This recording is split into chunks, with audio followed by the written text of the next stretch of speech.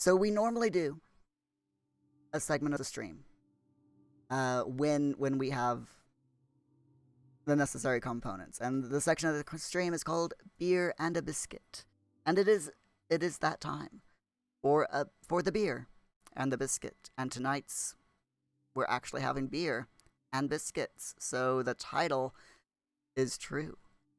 Tonight's beer is Buro Weizen. This entire crate that I've got for the month is Oktoberfest, so they're German-style beers. So the Buro Weizen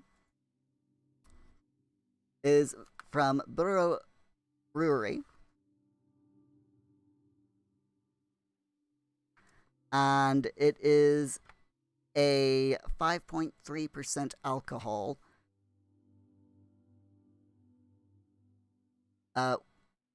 Beer with high floral fruit and sweet notes, and it's supposed to be very smooth, very low on bitter and very low on hops flavors, which is what I prefer. I'm not one for bitter beers normally.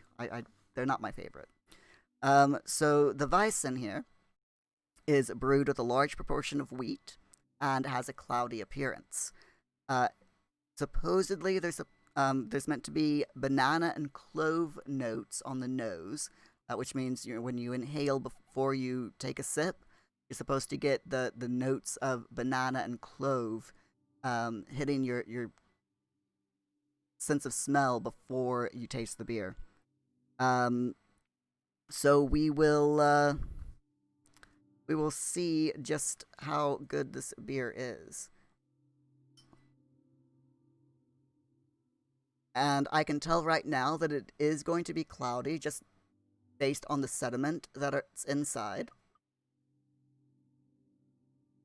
That I saw inside the bottle earlier. So let's pour ourselves a nice glass. There we have it. And you can see it is a very cloudy beer.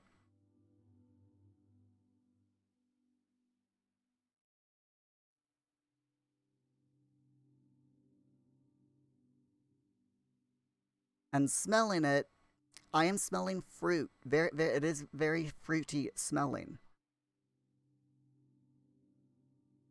I wouldn't say that there's cloves in the smell, but it's definitely an overpowering smell of fruit.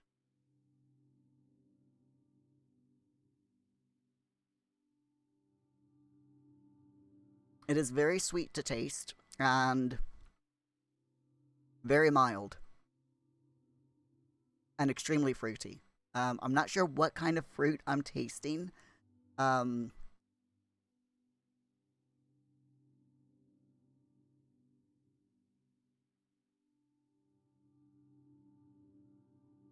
It's like,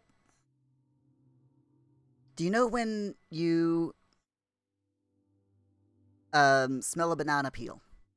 You ever smelled a banana peel? That's kind of the taste that I'm getting from this, and the smell. Now that I've had a sip, it's like it tastes like a banana peel. Well, it tastes like a banana peel smells, actually. It's quite nice. It does have a weird aftertaste that I'm not quite certain about, so I'm kind of on the fence about it.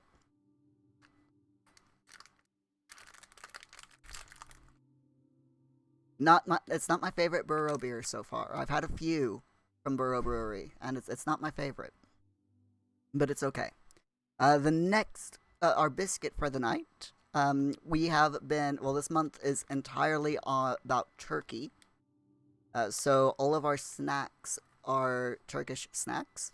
This is called Eti Tutku. And the wrapper looks like this. And they are mosaic patterned biscuits filled with a chocolate cream. And they suggest that you eat these with coffee. So I bet that these are really, really good dunked in a cup of coffee. Ooh, I can just picture that now. I'm gonna have to try to save a few of these for tomorrow, so that I can try them in the morning with a nice cup of coffee. But here's the cookie. It's what we would call here, well, what I used to call a pinwheel pattern.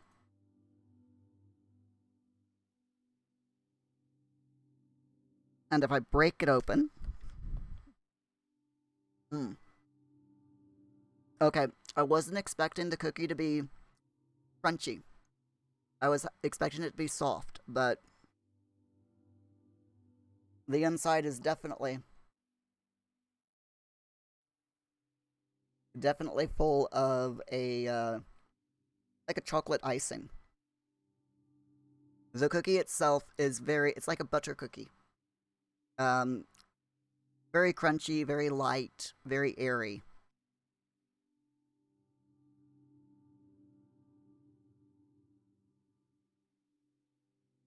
and very melt in your mouth.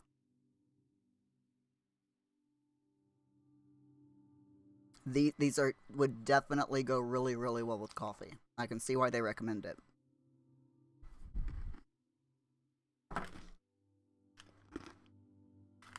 They are definitely buttery, um, or greasy. I'm just gonna look at the ingredients, see if I can find them. Okay, so let's see. Ingredients, of course, are not in English because they're great. They're Turkish.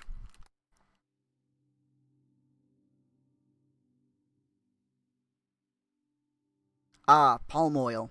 Okay, it's a real shame that so much is made from palm oil.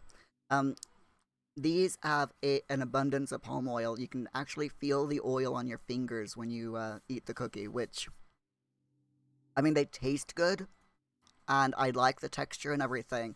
I don't like the fact that they're made with palm oil. Because a lot of palm oil based products are, the palm oil is unethically sourced. So I try to be careful with that. But as far as the cookies themselves, they're quite nice.